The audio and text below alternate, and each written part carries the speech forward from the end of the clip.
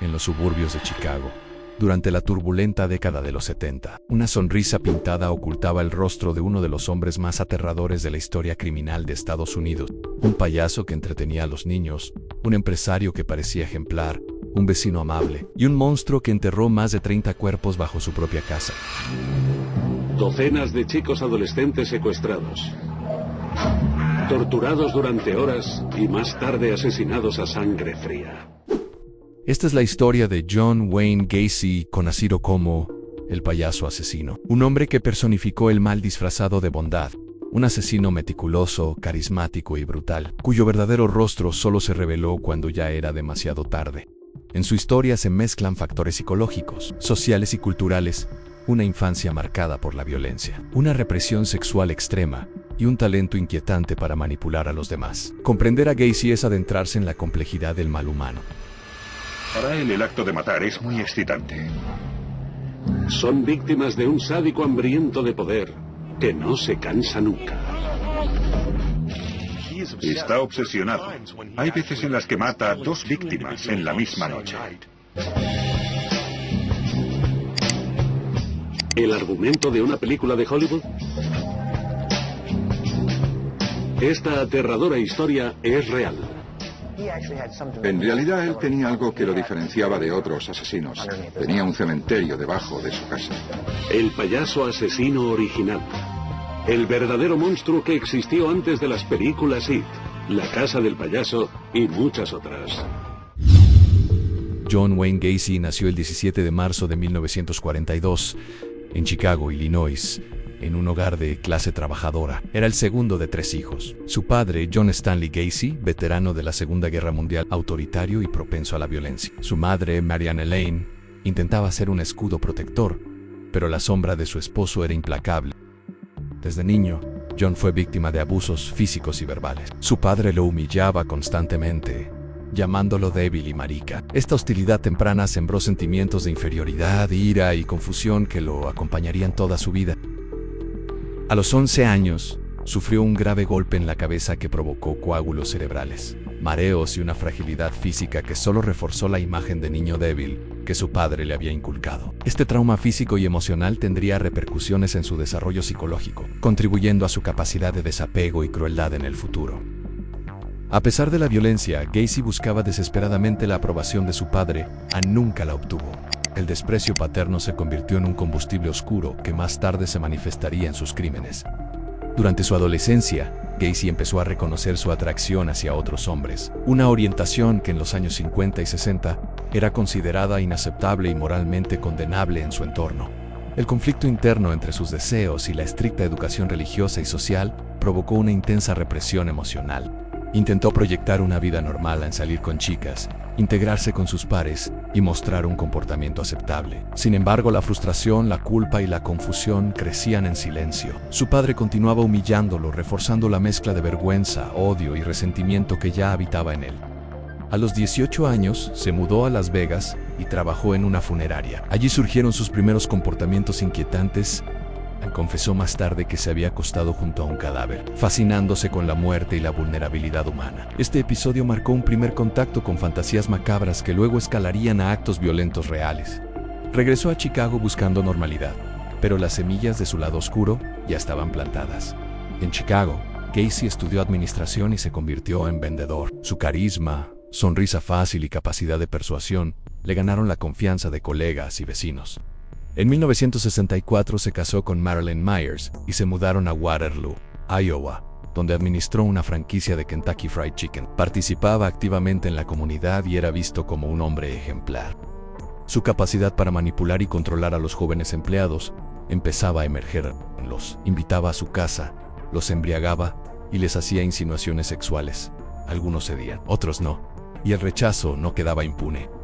4 años más tarde, un joven de 15 años lo denunció por abuso sexual. Gacy fue arrestado y condenado a 10 años de prisión, de los cuales cumplió solo 18 meses por buena conducta. Este primer castigo no detuvo su patrón criminal, sino que reforzó su habilidad para aparentar normalidad y manipular la percepción de quienes lo rodeaban. Durante su tiempo en prisión, Gacy se presentó como un modelo de recluso, organizaba eventos, trabajaba y se ganaba la confianza de los guardias. Este comportamiento ejemplar no fue señal de arrepentimiento, sino de su habilidad para manipular y planear. Tras salir de prisión, su esposa lo abandonó y su padre falleció. Sin ataduras, Gacy se mudó a los suburbios de Chicago y fundó PDM Contractors, contratando jóvenes como ayudantes y reconstruyendo su fachada de respetabilidad. La comunidad lo percibía como un hombre exitoso, responsable y confiable, mientras en secreto, su lado más oscuro esperaba bajo la superficie. Durante los años 70, Gacy se convirtió en el vecino perfecto. Organizó fiestas, participó en eventos comunitarios y se disfrazó como Pogo el payaso en Halloween para entretener a los niños. Mientras todos veían a Pogo, nadie imaginaba los crímenes que cometía en el sótano de su casa. Su método era sistemático, no ofrecía trabajo a jóvenes. Los embriagaba o drogaba, les realizaba insinuaciones sexuales y los llevaban a su sótano. Allí, con un juego que llamaba truco de las esposas, los ataba, abusaba de ellos y los asesinaba. Luego, los enterraba bajo el suelo de su casa. La confianza y la normalidad de su vida diaria eran su máscara perfecta. Entre 1972 y 1978, Gacy asesinó al menos a 33 jóvenes. La mayoría fueron enterrados bajo su casa, algunos arrojados al río Des Plaines. Su rutina reflejaba control absoluto y sadismo. Drogaba, torturaba y estrangulaba a sus víctimas, disfrutando del poder que ejercía sobre ellos. Durante el día, seguía siendo el vecino ideal. Por la noche, un asesino meticuloso que escondía la muerte bajo sus pies.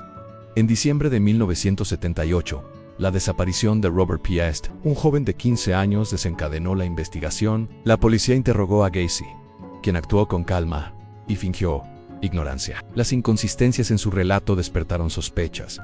Tras obtener una orden de registro, la policía descubrió evidencia escalofriante: un olor nauseabundo proveniente del sótano, ropa y objetos personales de jóvenes desaparecidos. El 1 de diciembre, Gacy confesó sus crímenes y condujo a los policías a los cuerpos enterrados bajo su casa. Los forenses identificaron restos humanos mediante dientes, huesos y objetos personales, relojes, carteras y ropa. Cada hallazgo confirmaba la magnitud de los crímenes. Al menos 29 jóvenes estaban enterrados bajo su casa y otros 4 habían sido arrojados al río Des Plaines. Comisaría número 14 de Chicago. La policía local recibe una llamada urgente del señor Butkovich, quien les alerta desesperadamente de la desaparición de su hijo. Unidad 2, George 5, bloque 2700 de 156. Al llegar a la escena, el agente Burkhardt de la policía de Chicago se acerca a la puerta del conductor. Mira por la ventana y ve una llave en el contacto. Pero dentro aún hay más. La chequera del joven Johnny se encuentra en la guantera. Su cartera está en la consola central y está llena de dinero. Sin duda es muy sospechoso. No obstante, esos objetos abandonados no son prueba de ningún crimen. La comunidad estaba en estado de shock. Vecinos que lo habían visto como un hombre confiable y amable no podían reconciliar la imagen de Pogo, el payaso, con la de un asesino despiadado. Para la prensa, Gacy se convirtió en el símbolo de que el mal podía vivir oculto bajo la normalidad cotidiana, detrás de una sonrisa y un saludo cordial. Además, la policía comenzó a reconstruir cronológicamente los asesinatos. Los métodos de Gacy eran escalofriantes en su precisión. En cada víctima era elegida, manipulada, drogada y asesinada de manera sistemática. Su capacidad de planificar y ocultar los crímenes mostraba un nivel de premeditación que sorprendió, incluso a los criminólogos más experimentados. El juicio de Gacy comenzó en febrero de 1980 en Cook County, Illinois. Fue un proceso que duró semanas, con cobertura mediática nacional. La defensa intentó alegar insania, argumentando que Gacy no podía distinguir entre el bien y el mal en el momento de los crímenes. Sin embargo, los psicólogos que testificaron confirmaron que Gacy tenía plena conciencia de sus actos y que planeaba meticulosamente cada asesinato. Los testimonios de ex empleados, vecinos y supervivientes describieron su carisma manipulador y su doble vida. Durante el juicio, Gacy mostró una calma inquietante. Sonreía, hacía bromas y en ocasiones miraba directamente a los familiares de las víctimas, mostrando un desapego total. En un momento incluso dijo: "No soy el único culpable, hay más John Gacys allá afuera". El jurado lo declaró culpable de 33 asesinatos, y la sentencia fue muerte por inyección letal. La resolución del juicio se convirtió en un momento histórico para la criminología, demostrando la complejidad de los asesinos en serie y la importancia de la evidencia forense.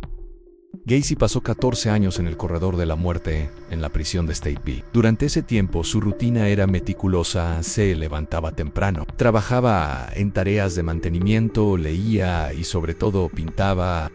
Sus pinturas eran perturbadoras y reflejaban su doble personalidad en payasos sonrientes, figuras religiosas, calaveras y autorretratos inquietantes. Algunas de sus obras se vendieron a coleccionistas, generando polémica sobre la ética de lucrar con la obra de un asesino en serie. En entrevistas con psicólogos y periodistas, Gacy negaba los crímenes y afirmaba ser víctima de una conspiración. Mostraba un total desapego emocional. Jamás expresó arrepentimiento genuino. Su capacidad para manipular, incluso tras ser atrapado, reforzó la percepción de que su mal no era fruto de impulsos incontrolables, sino de planificación consciente y disfrute del poder sobre sus víctimas. El 10 de mayo de 1994, después de múltiples apelaciones fallidas, Gacy fue llevado a la cámara de ejecución en Stateville, Illinois. Su última comida consistió en un filete y papas fritas, y sus últimas palabras fueron "Kiss my ass". La inyección letal terminó su vida sin remordimiento, cerrando el capítulo de uno de los asesinos seriales más notorios de Estados Unidos. La ejecución generó debates sobre la pena de muerte y la psicología criminal, dejando una marca imborrable en la sociedad estadounidense. Tras la demolición de su casa, el terreno se convirtió en un símbolo del mal que puede ocultarse detrás de la normalidad. Sus pinturas, algunas subastadas y otras destruidas, recordaban a un hombre que podía proyectar inocencia mientras cometía atrocidades. Gacy sigue siendo estudiado en criminología y psicología forense como ejemplo de un asesino organizado, manipulador y meticuloso, capaz de vivir una doble vida durante años. Su historia ha inspirado documentales, series y libros, consolidándolo como un caso paradigmático para entender la mente criminal. John Wayne Gacy no fue un demonio sobrenatural, hombre, vecino, empresario, payaso, y eso es lo que lo hace aún más aterrador en el mal. Muchas veces se oculta detrás de una sonrisa amable, de la cordialidad y la aparente normalidad de la vida cotidiana. La historia de Gacy nos recuerda que la violencia extrema puede surgir de la combinación de factores psicológicos, sociales y culturales, y que el horror puede esconderse donde menos lo esperamos. Marzo de 1980. Tras 5 semanas de declaraciones por parte de más de 100 testigos, el jurado comienza a deliberar. No hay duda de que Gacy mató a todos los chicos. ¿Pero estaba legalmente loco cuando lo hizo? Gacy acabó admitiendo los asesinatos, así que la cuestión no es si lo hizo o no. La cuestión es, ¿estaba loco? ¿Es esa su excusa? ¿Puede alegar un trastorno mental? ¿Puede usar la demencia para librarse de una acusación penal? Pero claro, el problema es que si te fijas en cómo cometió los asesinatos, de manera tan metódica, sigue un patrón muy consistente. Hace las cosas exactamente de la misma forma. Solo cuando hace pequeños cambios en su patrón se arriesga a ser descubierto.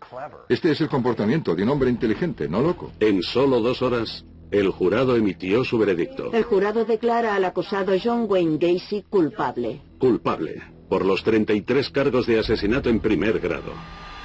Suscríbete y dale like para no perderte más historias basadas en hechos reales. Nos vemos en el próximo video.